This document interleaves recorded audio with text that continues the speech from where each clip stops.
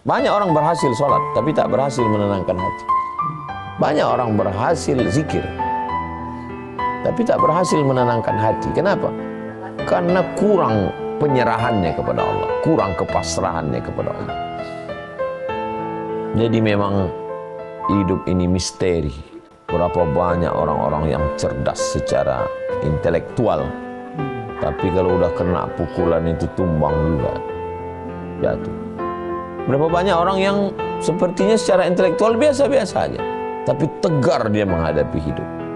Di mana letak rahasianya? Karena penyerahannya kepada Allah lebih kuat. Boleh jadi kita yang bertitel, yang tinggi, dimuliakan orang, penyerahannya kepada Allah kurang berserah kepada Allah.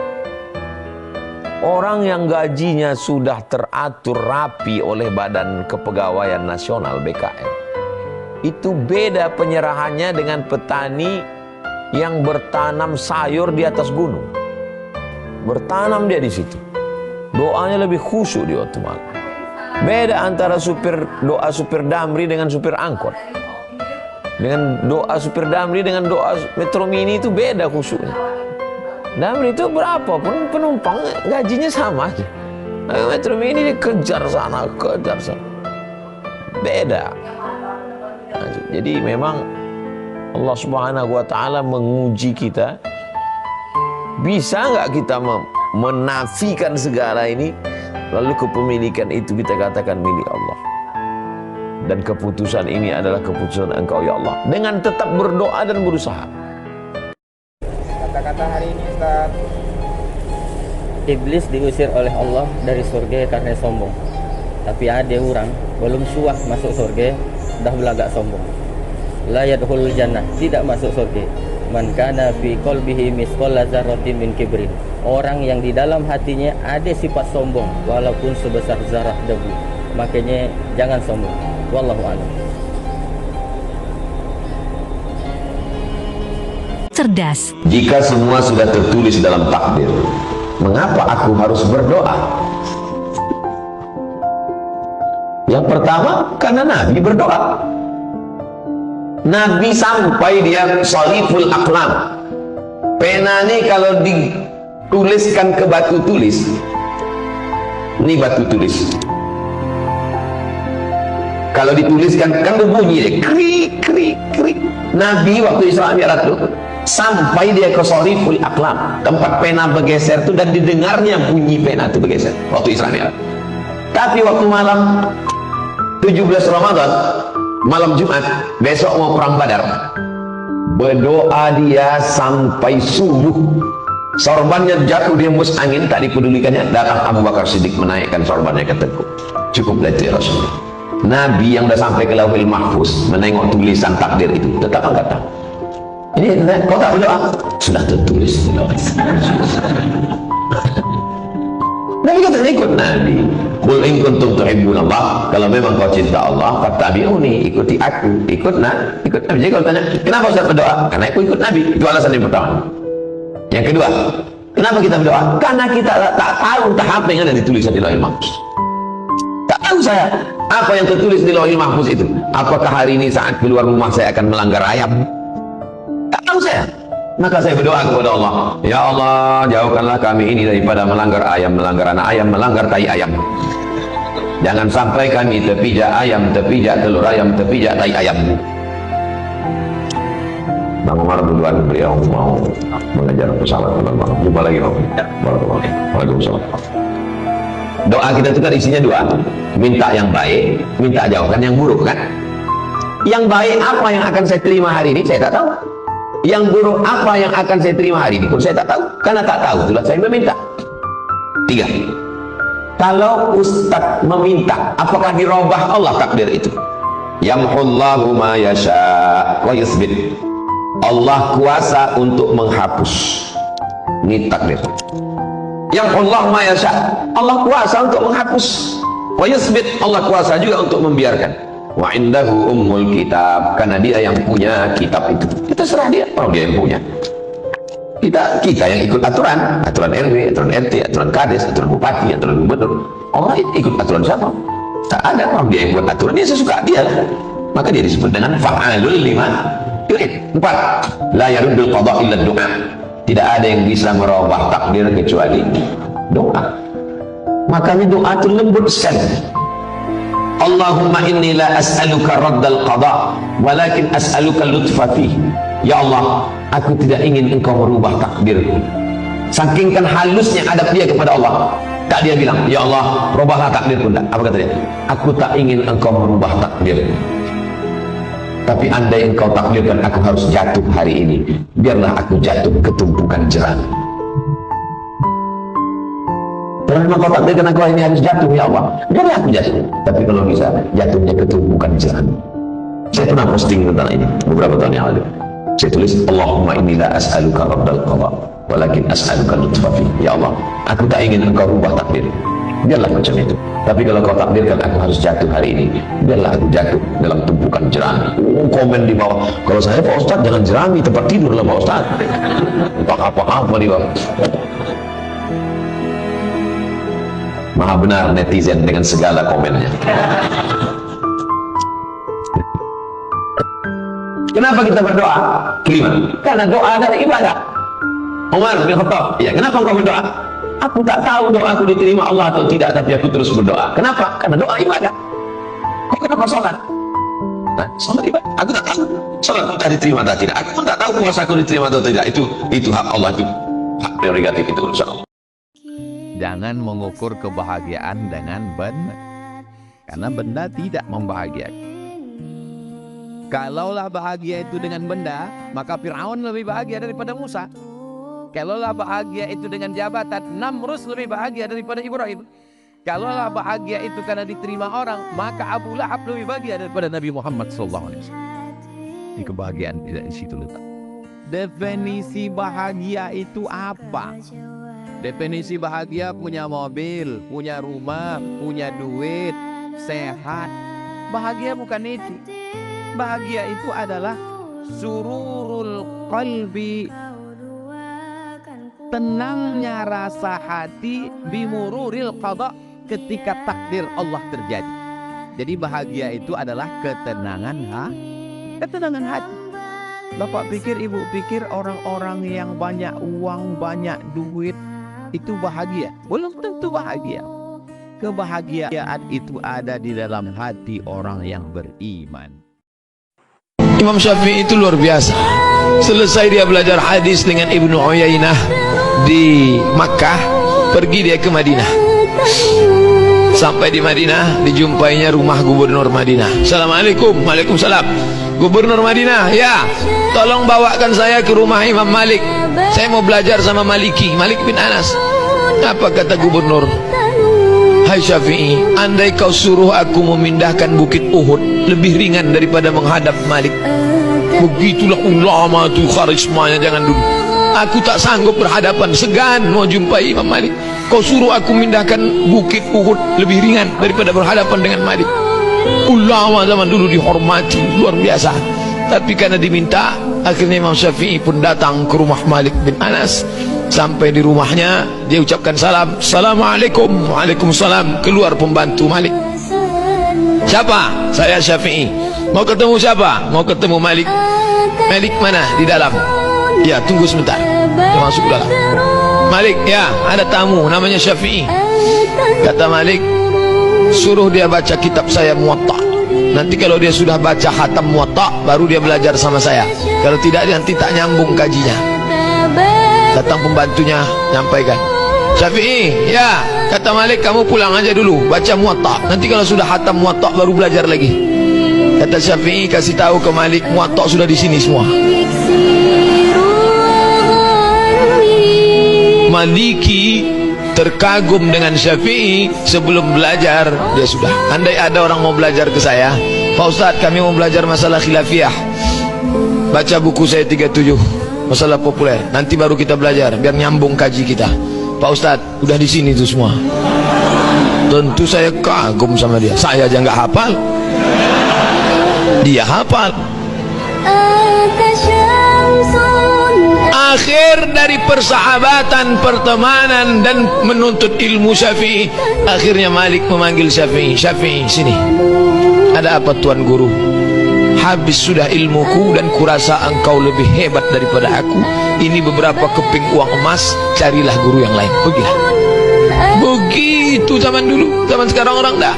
Akulah guru yang paling hebat di Pekanbaru. Kau jangan belajar sama yang lain. Yang lain itu hanya kulit-kulit buku aja. Ini bukan adab salaf. Ini adab salaf. Mereka belajar. Salaf. Imam Malik itu salaf, meninggal 179. Imam Syafi'i itu salaf, meninggal 204. Saya enggak mau pakai Syafi'i, saya maunya pakai Bukhari. Di kotaknya dua, dianggapnya Bukhari lebih alim daripada Syafi'i. Ini Syafi'i, ini Bukhari. Dia lupa Bukhari itu belajar kemana. Bukhari meninggal 256. Lihat tahun lahirnya, lihat tahun wafatnya. Bukhari meninggal 256. Bukhari punya guru siapa namanya? Ahmad bin Ambal, meninggal 261. Ahmad bin Ambal punya guru siapa namanya? Syafi'i, 204. Syafi'i punya, jadi silsilahnya ke atas. Bukhari berguru kepada Ahmad bin Ambal, Ahmad bin Ambal berguru kepada Syafi'i. Secara tak langsung Bukhari itu murid Syafi'i secara keilmuan, tapi murid tak langsung. Jadi jangan katakan Syafi'i tak paham hadis. Nasirus sunnah. Ahmad bin Ambal mengaku sebelum Syafi'i masuk ke kota Baghdad, kami tak bisa membedakan mana hadis am, mana hadis khas, mana taqyidul mutlaq, mana takhsisul am, mana ikhtilaful hadis, mana nasikh mansukh. Bukan mereka tak paham, mereka paham, mereka tawadhu, tapi ada orang yang lebih paham daripada mereka. Siapa itu? Imam Syafi'i. Yang pertama menulis kitab usul fiqih, Imam Syafi'i. Dipanggilnya muridnya namanya Rabi' al-Muradi. Rabi', ta'al, mari kemari. Tolong ambil pena sama kertas. Datang Rabi', ambil pena, ambil kertas, dicatatnya. Catat.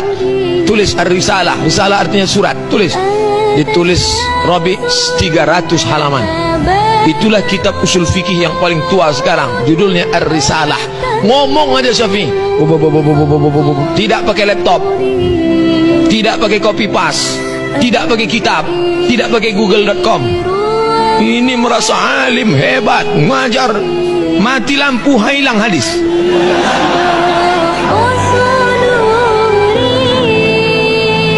Ini Syafi'i yang berpendapat ini. Kalau sombong baru haram, kalau tak sombong tak sampai kepada haram. Yang ngomong siapa? Jadi jangan bilang kata Abdul Somad, kamu kenapa gini? Kata Ustadz Somad, Somad tak ada apa-apanya. Somad itu cuma tukang tulis terjemah. Kebetulan suaranya kuat, dia ngomong. Makanya kata Imam Junaid, selalu saya mengutip Imam Junaid, bagaimana dengan orang yang mengaku wali, mengaku orang sudah sampai maqam tajrid. Tajrid artinya nggak ada ikhtiar lagi. Tiga standarnya. Yang pertama, menjauhi perbuatan yang haram walaupun kecil. Dua, melakukan perbuatan sunnah walaupun ringan. Yang ketiga, mengambil dunia hanya sekedar untuk memenuhi kebutuhan. Ya. Kalau nanti antum ketemu sama orang ngaku wali kutub utara, kutub selatan, lihat dalam hal tiga. Pertama, menjauhi yang haram walaupun kecil. Yang kedua, melakukan sunnah walaupun berat ringan. Yang ketiga, mengambil dunia hanya secukupnya saja. Kalau ada itu pada dia, mungkin dia wali.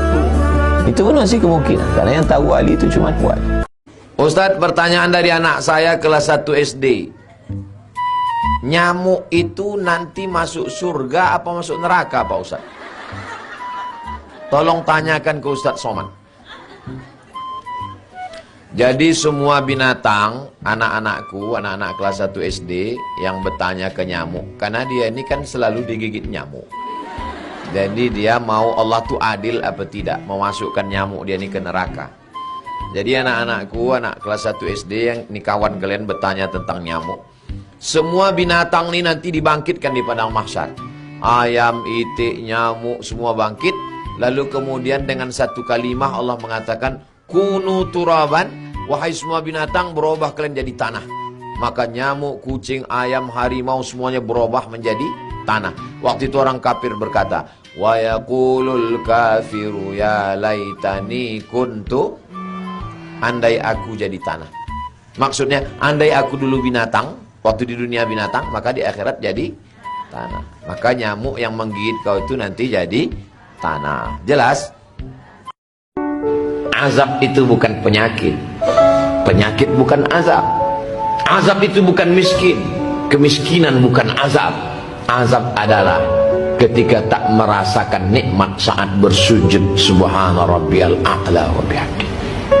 Azab itu adalah ketika makan cukup, tidur cukup, tak sempat bangun malam tahajud, tak merasakan nikmatnya usolli sunnat tahajud raka'ataini lillahi ta'ala. Itulah azab yang paling mengerikan. Kalau masalah kaya, tak ada yang lebih kaya daripada Qarun. Kalau masalah berkuasa, tak ada yang lebih berkuasa daripada Fir'aun. Jadi kalau orang mengukur kesuksesan pada kaya, yang paling sukses Qarun. Kalau diukur kesuksesan berkuasa, maka tidak ada yang lebih hebat daripada Namrus, daripada Fir'aun. Saya akan cerita tentang argumentasi ilmiah bahwa ahli sunnah wal jamaah itu luar biasa. Saya di Jogja berteman banyak para profesor, para doktor, termasuk akademisi sosial yang mungkin pernah di mana-mana. Pernah tanya saya begini, Pak Bahak, kenapa Anda baca kitabnya referensinya luas kok tetap NU katanya. Terus saya bilang, problemnya apa sebagai NU? Biasanya terus mereka mengutip sekian makalah. Kebetulan makalah itu provokatif dan siapapun yang baca makalah itu pasti menjadi NU, tak jamin ya. Kalau di Jogja misalnya di satu penerbitan, saya termasuk di dalamnya, itu pernah diperbandingkan kitabnya Said Muhammad Mafahim Yajibu Antusohah dengan kitabnya Bin Bas, judulnya Hadihi Mafahimuna. Biasanya kitab-kitab terjemahan Wahabi itu memang cukup provokatif dan dengan narasi yang memang siapapun yang nggak pernah mondok pasti tertarik. Misalnya begini, cerita bid'ah misalnya, Iyakum wa muhdasatil umur fa inna kulla bid'atin dolalah wa kulla dolalatin finnar, misalnya gitu. Wa kulla muhdasatin bid'ah wa kulla bid'atin dolalah wa kulla dolalatin finnar. Ada yang baca wa kullu bid'atin dolalah wa kullu dolalatin finnar. Terus beliau meneruskannya begini, kata Bin Bas, hadza huwa Rasulullah hakama bi annal bid'ah kullaha dolalah. Terus diteruskan wajar as-Syafi'i faqasama ila hasanatin wa dolalatin wa sayyi'atin. Jadi dengan narasi seperti itu tuh orang itu tahu bahwa Syafi'i itu kurang ajar tenan gitu, kira-kira gitu. Jadi dia, ini Rasulullah yang mengatakan semua bid'ah ini dolalah, tapi Syafi'i lancang dengan membagi ada dolalah, ada sayyi'ah, ada hasanah, ada sayyi'ah. Ini aneh katanya. Wong Rasulullah yang Nabi saja bilang satu semuanya dolalah, kok dia bilang dua gitu. Diredaksikan Jaro'ah, kira-kira makna sedannya yang lama atau berani. Sehingga orang mesti tanya, kenapa sih tidak ikut Rasulullah saja? Tapi ini satu ilmu, setidaknya ilmu perdebatan, bukan ilmu hakiki, karena kita tidak tahu yang diridhani Allah yang mana. Tapi kemudian Said Muhammad dalam kitab Abu Abdul Faros, juga dalam kitab-kitab beliau menyanggah itu dengan mengatakan, jika makna bid'ah adalah yang nggak pernah dilakukan Rasulullah, itu salah besar. Terus beliau cerita sekian hal, termasuk yang diceritakan adalah ada seorang sahabat ketika sholat dengan Rasulullah tidak pakai doa mainstream, yaitu ketika itidal sahabat tadi bilang alhamdulillah hamdan katsiran thayyiban mubarakan fih. Setelah itu, setelah Nabi habis sholat tanya ayyukumul qail, siapa tadi yang melafadzkan itu? Semua sahabat diam karena takut disalahkan. Tapi apa yang dikatakan Nabi? Tidak, saya tidak akan menyalahkan. Saya tadi melihat isna asyara malakan. Saya tadi melihat 12 malaikat. Yabtadirunaha ayyuhum yaktubu awwalu. Semuanya itu bergegas siapa yang nulis awal. Terus kata sahabat tadi, ha anadha ya Rasulullah. Padahal ini satu kalimat yang bahkan Rasulullah tidak mengajarkan, dan Rasulullah bahkan iskal kenapa ada kalimat itu. Tapi toh dibenarkan oleh Allah dan Rasul. Cerita Said Muhammad kedua adalah ada sahabat setiap ngimami itu main kulhu. Wah, ngimami apa saja main kulhu. Singkat cerita makmumnya itu gerutu, ini orang kok main kulhu terus ini. Setelah dilaporkan ke Rasulullah, ditanya sama Rasulullah, kenapa kamu main kulhu? Ini dilaporkan ke saya. Kata si musolli tadi, imam tadi, li annaha sifatur rahman, karena dalam surat itu semua sifatnya Allah, maka fa'ana uhibbuha, saya senang itu. Apa kata Rasulullah? Saya disuruh bilang Allah ke kamu bahwa Allah mencintai kamu karena kamu mencintai kulhu. Terus keterusan sampai sekarang itu orang-orang NU baca kulhu terus itu. Karena sekali baca idza samsu kuwirat mesti keponting gitu.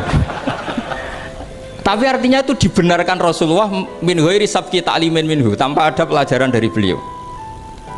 Runtuhlah teori bid'ah bahwa bid'ah adalah semua yang nggak pernah dilakukan Nabi diajarkan Nabi. Nyatanya beberapa kali Nabi membenarkan sesuatu yang belum pernah diajarkan oleh beliau. Masalahnya adalah tidak semua orang baca kitabnya Sayyid Muhammad atau baca tidak paham. Nah, sementara kitab Hadhihi Mafahimuna itu diterbitkan secara masif oleh pemerintahan Arab Saudi dan ada terjemahnya lagi, sehingga yang nggak bisa Arabnya bisa terjemahnya. Dengan narasi tadi bahwa Imam Syafi'i dibenturkan Rasulullah itu kan mesti kalah. Redaksinya itu Jaro'ah itu wani pakai hamzah. Kedua, saya ingin cerita dan saya tidak bosan-bosan cerita ini sampai mati, saya tidak akan bosan-bosan. Ada kemandirian al-hujjatul balighah dalam diri kita sebagai ahli sunnah. Begini misalnya, kalimat la ilaha illallah adalah kalimat yang orang kafir 80 tahun saja kalau melafadzkan itu menjadi soro mukminan. Lah ini kita tahlil yang sudah muslim hanya karena kalimat thayyibah justru menjadi kafir. Ini kan madzhab aneh. Yang kafir puluhan tahun iyan tahu yughfar lahum ma qad salaf bihadil kalimah. Ini kita karena tahlilan sampai nyekel patok menjadi kafir juga karena la ilaha illallah. Ini aneh.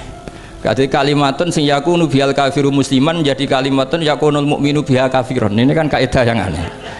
Nah, saya ingin kalau ahli sunnah yang seperti ini sudah mandiri, sudah sehat, ya baguslah seperti itu. Terus yang terakhir, kenapa ditambahi an-nahdiyah? Ya seperti yang dikatakan moderator tadi. Di terminologi internasional itu kalau ahli sunnah pokoknya yang tidak sabus sahabat ahli sunnah, sehingga Wahabi, Muhammadiyah, Ikhwan semuanya ahli sunnah wal jamaah. Karena kalau di media internasional asal tidak Syiah itu ahli sunnah, hanya itu saja perbandingannya. Kalau ikramus sahabat ya ahli sunnah, kalau sabus sahabat ya Syiah. Problemnya adalah kita tidak ikut kelompok besar ahli sunnah yang mainstream di internasional karena mereka anti wasilah, anti tahlil, sehingga terus Indonesia bilang ditambahi ahli sunnah wal jamaah an-nahdiyah. Bahasa Arabnya Bapak apa? Salah, harusnya hamzahnya hamzah koto. Oh. Sekarang bahasa Arabnya perempuan apa? Salah, harusnya hamzahnya hamzah wasol. Gimana sih cara bedainnya? Ada yang pakai hamzah wasol, ada yang pakai hamzah koto. Nih, antum catat ya, semua isim itu menggunakan hamzah koto. Kata antum, semua isim menggunakan hamzah koto. Lah kok ini menggunakan hamzah wasol? Bentar dulu. Semua isim itu menggunakan hamzah koto kecuali ibnun, ibnatun, ibnumun, imruun, imro'atun, ismun, istun, isnaini, isnataini, imunullah. Udah nih 10 aja. Ada lagi nih semua isim masdar dari fi'il khumasi dan sudasi. Contohnya ada di caption nih. Markas Arabia berbasis multiple intelligence.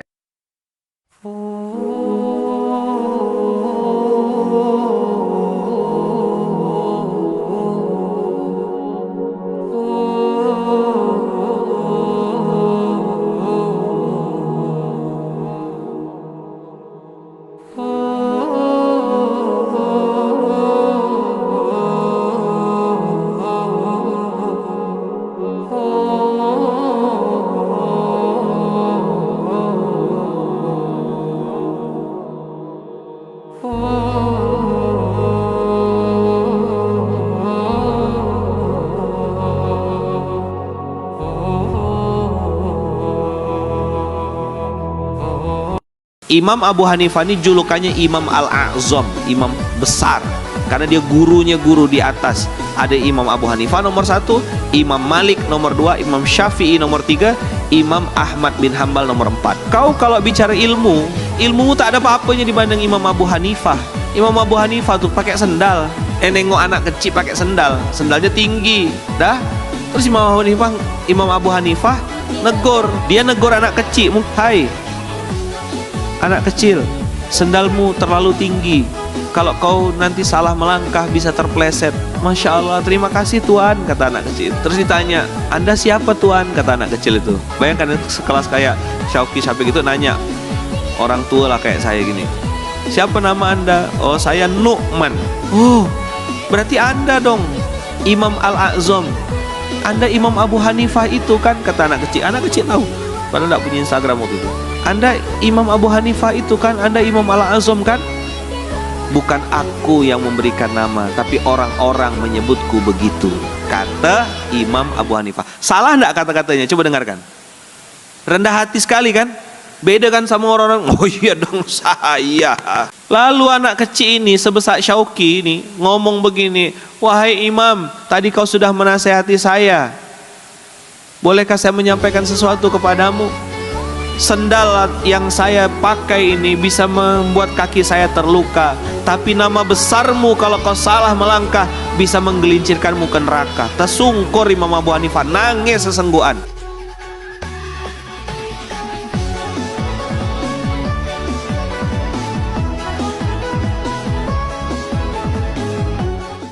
Ibnu Arabi itu meninggalnya dipukul orang.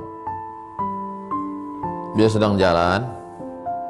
Pas dia sedang jalan, tiba-tiba ada pejabat-pejabat, orang-orang kaya. Assalamualaikum Tuan. Waalaikumsalam. Mereka mengetes ilmu dia. Aina Allah? Di mana Allah itu Tuan? Kata dia, tahta qadamayya hadha. Allah itu di bawah tapak kakiku. Oh, ngamuklah mereka. Syirik, sindik, kafir, dipukul mereka, meninggal. Meninggal karena mengatakan Allah di bawah tapak kaki. Setelah meninggal, dikebumikan sekian lama, ada yang penasaran. Tempat dia tegak itu digali orang. Digali tempat kaki dia waktu dia pukul itu. Ditemukanlah peti isinya emas. Baru orang paham, oh, yang dimaksudnya Tuhan itu ada di bawah tapak kaki itu maksudnya Tuhan kalian. Pejabat-pejabat, Tuhan kalian ada di bawah tapak kakiku ini. Apa Tuhan pejabat itu? Emas itulah itu. Emas itulah Tuhan dia. Ustadz, ada yang mau tanya lagi nih. Ada yang tanya lagi? Iya. Tanya apa? Ustadz, saya mau tanya, apa hukumnya memakai parfum, alkohol, dan parfumnya itu dipakai untuk sholat? Parfum yang mengandung alkohol digunakan untuk sholat? Ya. Dalam kitab Al-Fiqhu ala Madahibil Arba'ah, li Syekh Abdurrahman Al-Jaziri, dalam bab ma yu'fa anhu minan najasah, itu dikatakan hukumnya boleh selagi kadar alkohol yang terdapat dalam parfum tersebut itu sesuai dengan kebutuhan. Dan menurut sebagian ulama bahwa etanol atau alkohol itu bukan sesuatu yang najis, sehingga itu boleh untuk digunakan. Demikian. Berarti intinya boleh untuk digunakan ya Ustadz ya? Boleh ya. Untuk digunakan. Terima kasih Ustadz. Ya, sama-sama. Siapa nama ibu susu Nabi Muhammad? Halimatus Sadiah. Betul. Nama masjid yang apabila sholat di dalamnya mendapatkan pahala setara dengan ibadah umroh? Masjid Kubah di Madinah. Kota yang dijuluki sebagai kota mawar? Kota Taif. Betul. Raodah di Masjid Nabawi dikenal sebagai taman-taman syurga. Betul. Syurga. Sebutkan nama bulan ketiga dan keempat dalam kalender Islam. Rabiul Awal dan Rabiul Akhir. Betul. Dalam sejarah, kapan penentuan tahun Hijriah atau kalender Islam? Ketika Rasulullah hijrah dari Mekah ke Madinah. Disebut apakah tahun kelahiran Nabi Muhammad SAW? Coba teman-teman jawab di kolom komentar ya. Ngobrollah dengan orang yang membangkitkan semangat kita. Jangan ngobrol sama orang yang menjatuhkan semangat kita. Saya kalau ngomong sama orang 5 menit, ngomongnya itu menjatuhkan semangat, saya tinggalin. Tuh apa ngomong sama dia? Saya mau ngomong sama orang yang membangkitkan semangat, yang membuka cakrawala berpikir, yang mengangkat saya dari keterpurukan. Hari Ashura adalah merupakan hari pertama dunia diciptakan. Hari Ashura adalah merupakan hari pertama Allah turunkan hujan ke permukaan bumi. Dari karena itu ayuhal ibad, hari Ashura adalah merupakan hari yang sangat mulia di sisi Allah, sehingga Nabi kita Muhammad sallallahu alaihi wa ala alihi wasallam beliau menganjurkan kepada umatnya kita semua untuk memuliakan dan mengagungkan hari tersebut dengan berbagai macam ibadah, dengan berbagai macam ketaatan kepada Allah Subhanahu wa taala, sehingga di dalam sebuah hadis Nabi kita Muhammad sallallahu alaihi wa ala alihi wasallam sebagaimana yang diriwayatkan oleh Sayyidina Abi Hurairah radhiyallahu taala anhu wa arda, bahwasanya Rasul bersabda, innallaha aftarada ala bani Israil siyama yaumin fis sanah, sesungguhnya Allah Subhanahu wa taala mewajibkan kepada umat Bani Israel untuk berpuasa satu hari dalam satu tahun. Wa huwa yaumu Ashura, dan itu adalah hari Ashura. Wa huwa yaumul ashir minal Muharram, yaitu adalah hari ke-10 dari bulan